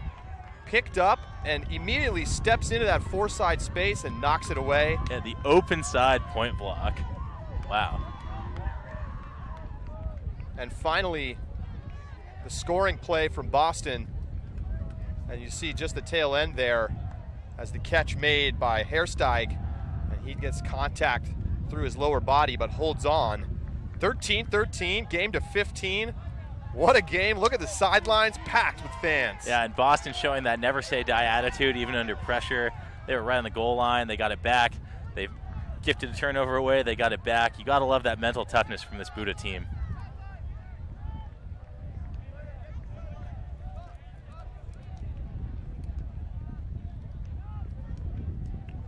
So it must be a timeout on the field here. Second time we've seen a timeout after both teams have sent 7 to the line, because got a long time between points here. I believe Boston took the timeout. Haven't seen an indication from the observers, but that's their first time out of the second half. And the anticipation building as the sidelines continue to fill. I believe that the Triangle girls have just won over on the other fields. North Carolina Warhawks indeed are the U20 girls national champions. They took down Washington, D.C. Rogue 15-10 in the final. So it's the first time ever that Seattle doesn't win the U20 division. Seattle got knocked out earlier by D.C., but D.C. could not hang on and win in the gold medal match. They fall to the Triangle. We'll see if the Triangle can go 2 for 2 in the boys and girls divisions. We'll keep you updated. Go on Twitter, follow along, ultiworld.com/live. Want to see what's going on in the mixed division. As the poll goes up here, we'll try to check in on that game, but we got a good one on our hands here, folks. Seattle risking going 0 for 3 if they lose to the Bay Area in the mixed division. Big pull lands in and goes out, but I think we might have an offsides. Not sure exactly what's going on here as the players slowly walk down the field. And it looks like it'll just be Triforce disc on the goal line. Cyril's Bose walking to it and picking it up. And pressure swings over to the Triforce now. It's a little upwind for Triforce now also, is. Which could hurt their deep game despite them being athletes. So I guess that pull did not land in. It gets brought to the brick mark by Cyril's Bose. Peter Berry goes isolation, gets it under. Triforce stack creeping a little too close to the open side for my liking. Nice move up the line from Taylor. Those dead cutters should really be further compressed the near sideline, opening up the break space for the isolated cutter. Barry goes isolation, comes under. Big bid. Slows down and it makes the catch with contact through the back. And I think that Matthew Sabin anticipated that Barry would continue to go underneath, and some contact there. A lot of physicality, and we see another blue card issued to Boston. That's their second of the game. One more and they will get a yardage penalty. So 2 TMFs for physical play from Boston.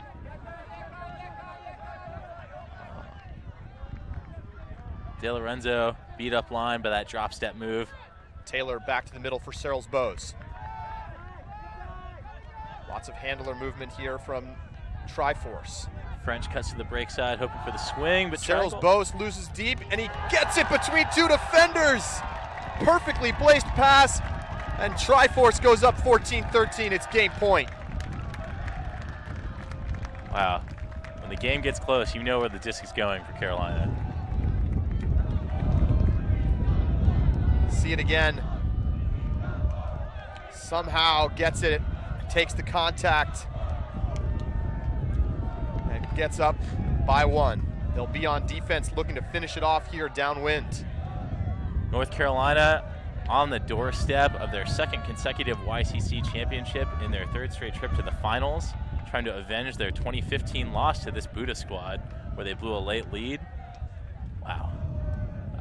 We said it at the beginning of the broadcast, but in that game, the 2015 game, North Carolina coaches Henry Fisher and Matt Guchahanis were playing against BUDA coaches Dylan Best and Tim Schock. There are also 2 other coaches for each side, but those 4 were playing. I'm sure there's a little bit of nostalgia and intrigue for them, in addition to willing their students forward, trying to avenge or defend their previous title games. Big line again for Triangle. We've got Perry, James Boyd, Michael Lee, Dean Merritt, Liam Searles Bose, Daniel Mills, great last name, and Tyler French. Here for BUDA, it's Landau, Dinger, Oliart. Now we're zoomed in, and our sidelines are so crowded that I can't read them off, but you can trust that this is the best line that Boston has, because if they don't score here, they're out. Coming down to the wire here in the boys U20 final. Padilla gets the center, and there's a flex in the lane again for Carolina, just leaving that break side handler open in order to disrupt pull play. And they do get the under, though, after the swing to the break side. Boston has been so steady. Perry playing good D on Padilla, but Padilla shakes free again, puts it up. Upwind direction, Searles Bose in coverage, but he can't make the play as a huge grab by Stephen Mock. And he goes down, though, with an injury, perhaps coming down awkwardly on his leg. And he looks like he's in quite a bit of pain. And you hope that it's nothing serious here.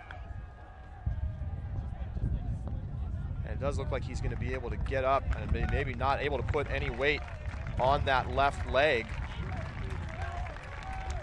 Let's take another look. See if we can see what happened there. Padilla puts up the hanging hook. Mock gets open for Searles Bowles, but it didn't really look like it was contact related. I think he may have just come down awkwardly when he put that left leg down. Just a strange landing. Similar to like the Matt Rader landing from the Sockeye game, just kind of a stiffer leg, not what they're used to. Boston to the end zone for the score. 14-14, and you know what that means. Double game point coming up. Wow, what a game we have on our hands here, Charlie. 2 of the best programs year after year in the division, battling back and forth, highlights left and right. And here we are, 1 point to decide it all, the Youth Club Championship of 2017. Taking a look again, Landau extends, hangs on through the ground contact, beats his man to the open side up line. Oh, what a game. What Timeout. a game. timeout for Boston ahead of this game-deciding point. So Boston takes their second and final timeout. And here's a question. Maybe there's an obvious answer, but maybe there's not. Would you rather be on defense for this point or on offense going upwind? I'm going to answer with a slightly different set of options. I would rather be BUDA. And why is that? Because they're going downwind and they just scored a huge goal. All right. And they are on defense. But Momentum I think perhaps on their side. In a vacuum on offense, but right now I would choose to be BUDA. See BUDA in the huddle. Fans on every conceivable spot on the sideline. Boston team preparing for their final point of the season. Chance to win gold here at the Youth Club Championships. Let me say that this is one thing that I'm going to miss about Ultimate if and when it makes it to a stadium situation. Right now, the fans are like 5 deep on the sideline, right in the action. Like, you could hear every heckle if you're on the field. And it's just not going to be the same when there are stands of people or stadiums as the fan experience of being in the game right now. Hopefully we're giving you a little bit of that through our stream and maybe like the residual noise through our mics. But I feel confident in saying this is the best atmosphere any of these players have ever played in. You can hear the chants on the sideline. Let's just listen to the sounds of the game.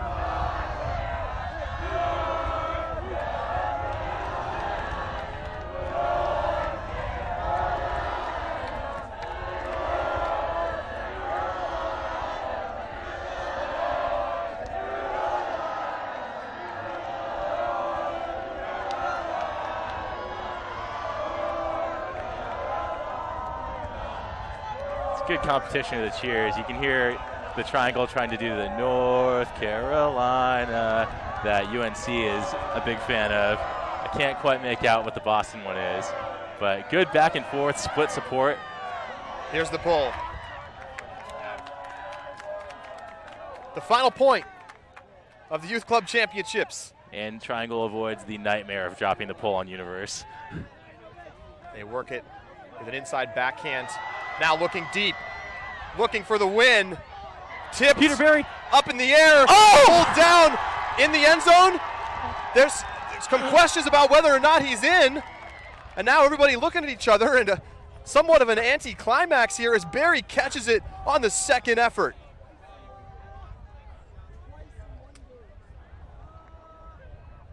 And it looks like they're going to agree that he was not into the end zone. Some discussion, and I think you're going to have to just recognize that you're not going to come to an agreement here, and it's going to have to be Berry's disc on the goal line. Yeah, so it will be stall one, Berry's disc, goal line. After the huge catch, after the tipped D.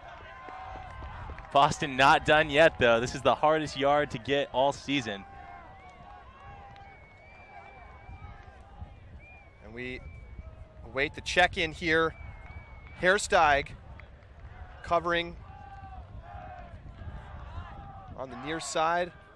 You're going to have a brief 2-man game with Herstag and Landau guarding Berry and it looks like McDonald. If they can shut it down for a second, it'll be Team D. And not quite there, so now going to need a reset. Stall count starting to get high, but a swing pass to the middle for Perry. Perry, low backhand inside as he fell down. Liam Searles Bowes looking to finish it for the triangle.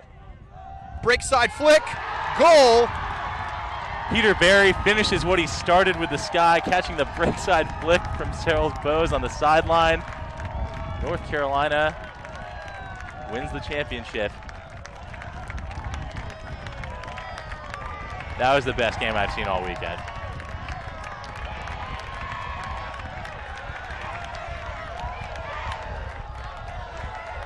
An incredible atmosphere here in Blaine.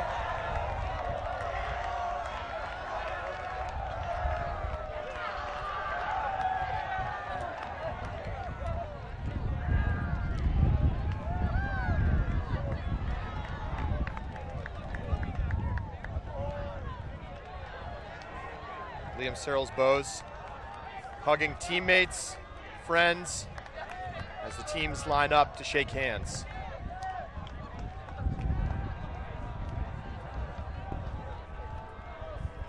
It looks like Triangle may run through the gauntlet of friends and family and their champion teammates, the Warhawks, winning in the girls division earlier. And Boston still talking it over in the huddle.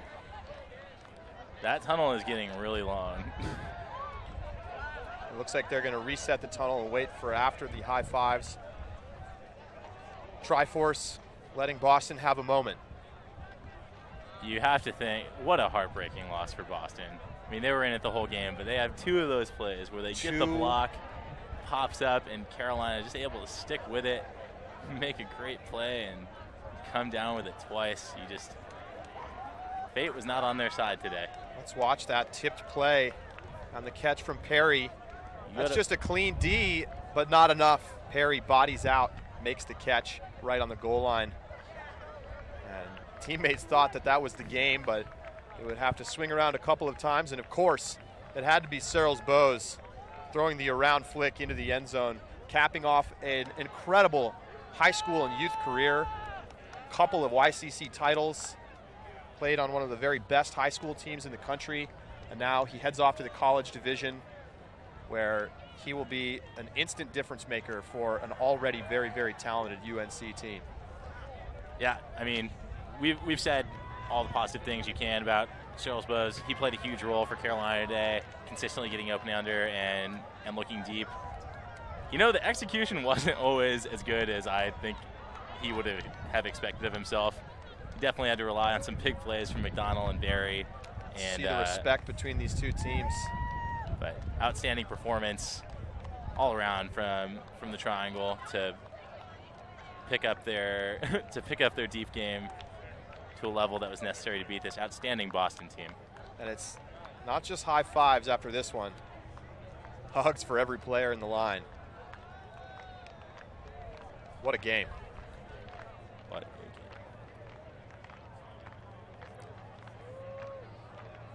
You have to love the respect from these two teams, though. There were chippy moments, there were blue cards. Not really chippy moments, but there were physical plays, but you can see that the mutual level of respect is high for these teams, and just not to be cliche or trite, but the spirit of the game is real here. I don't think that's cliche at all. This is a special tournament.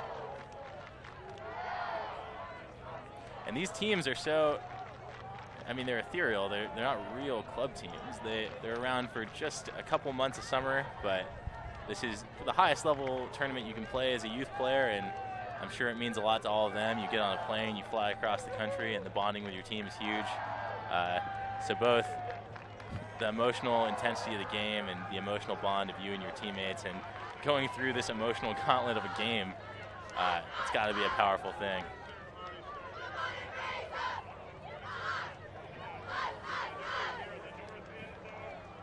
Just soaking in the scene here in Blaine. The award ceremony's coming up.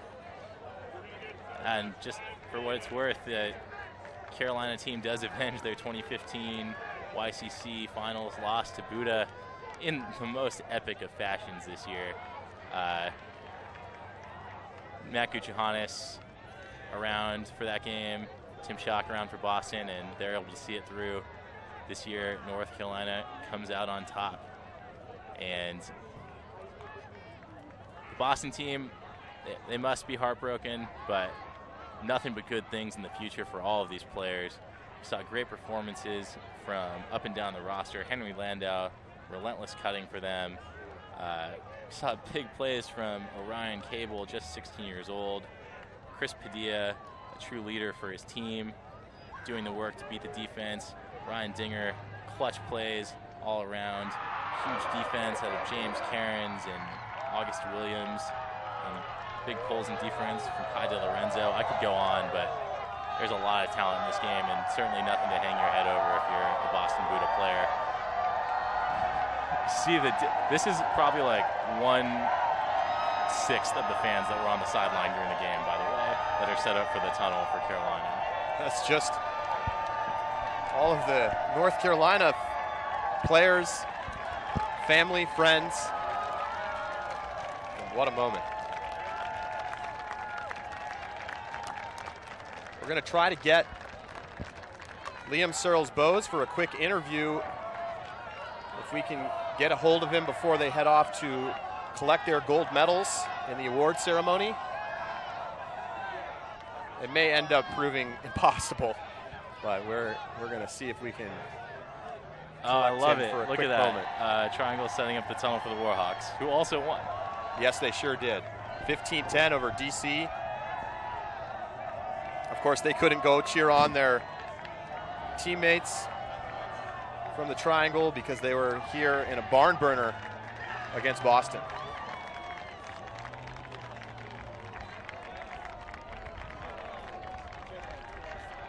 And you see the Warhawks there.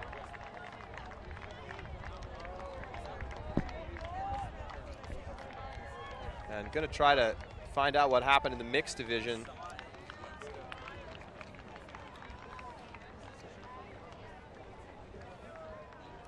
Again, you can follow along with everything at ultiworld.com/live. Anytime we're covering a major tournament like the Youth Club Championships with live coverage.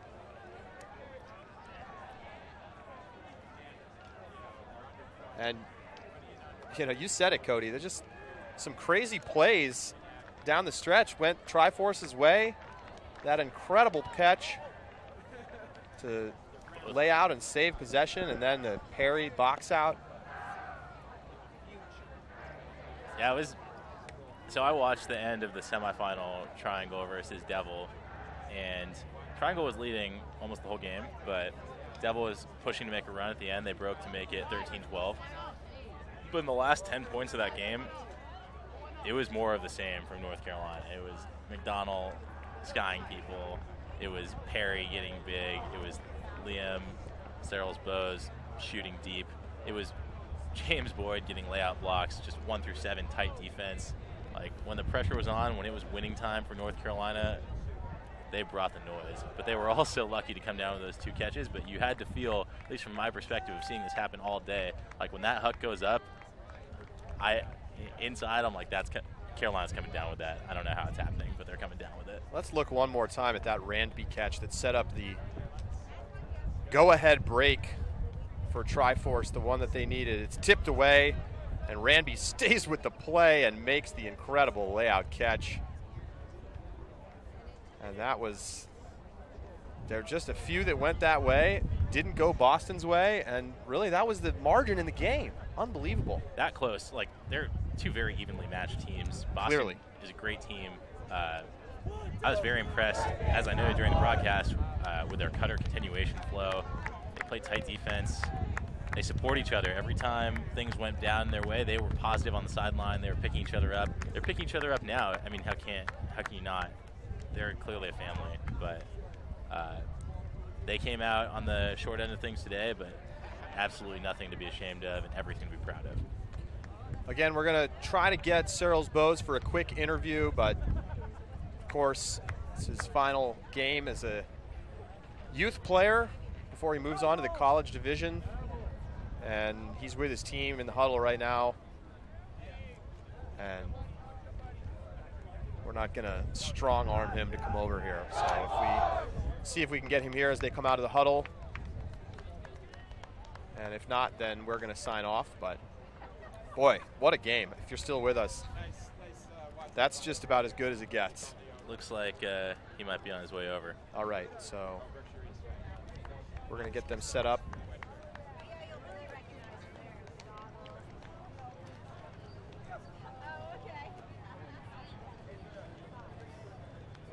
So hang tight, folks.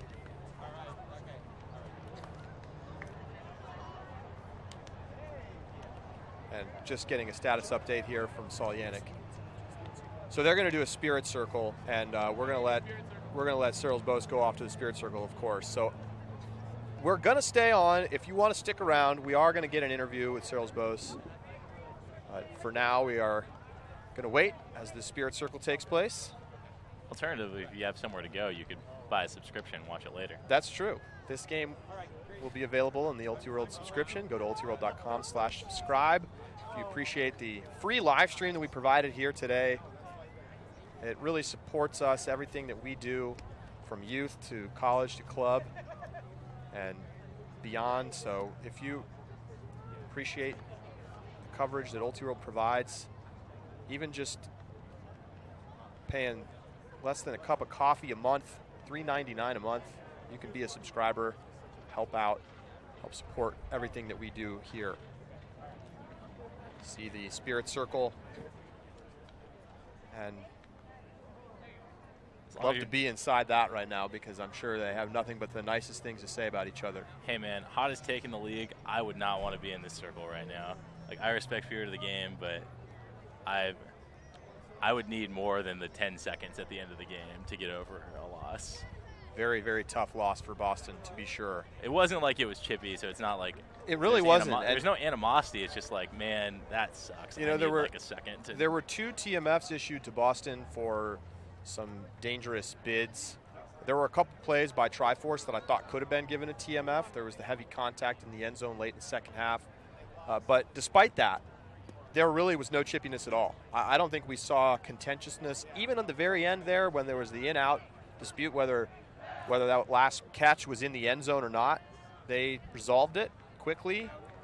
Never noticed an ill word from either team. Yeah, they were very calm, respectful. And yet, you know, playing with the utmost intensity. Yeah. I know. I just need to clarify, like, I really respect all these players for conducting themselves in such a great way and, like, preserving spirit and mutual respect in the face of intense competition. It's a super hard thing to do and something that really differentiates Ultimate and hopefully stays around for a while. But man, that's got to be hard.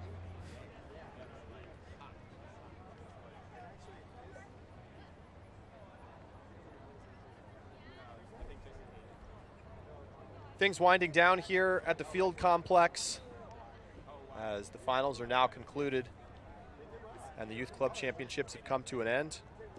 I did promise to get you the result of the mixed final if you didn't already hear it.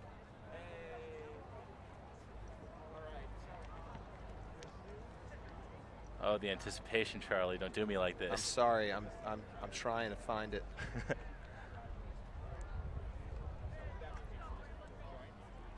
The mixed final, I believe, was between the Bay Area Happy Cows and Seattle. I can't remember what their new name is.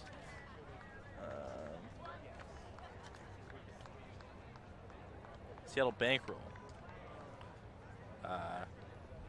Bay Area has traditionally been pretty good at mixed. Seattle has traditionally been pretty good at ultimate. I finally found the result. The Bay Area Happy Cows, after a couple of heartbreaking years, the last couple of years reaching the final and not winning a title, they take home the championship 15-11 over Seattle. So a well-deserved win for a program that's been at the very top of the mixed youth division. And after the Spirit Circle, we now have Cyrils Bose coming over to answer a few questions for us.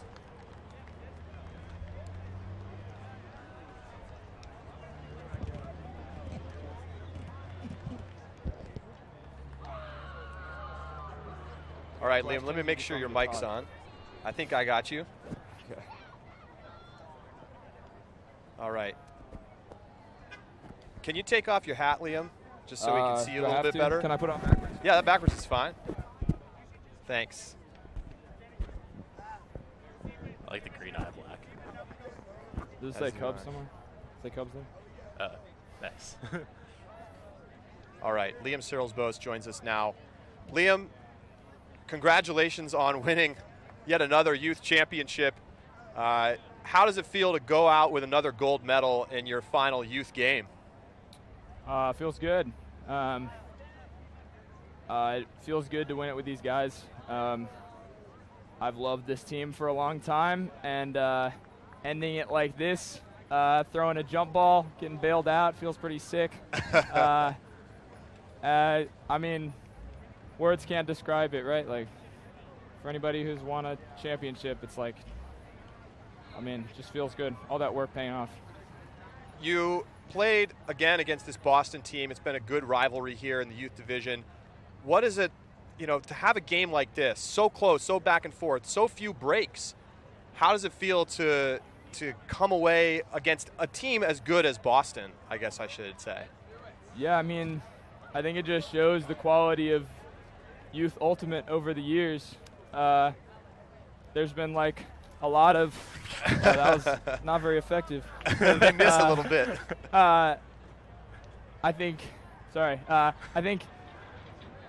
it shows the quality of these teams, right? Like Youth Ultimate has grown so much in the last just few years, and playing a team like Boston in the final, like, what a way to end it, right? Like, no better feeling, again. An amazing team, an amazing group of players that work just as hard as us to get here, and, like, Universe Point, who could ask for more, right?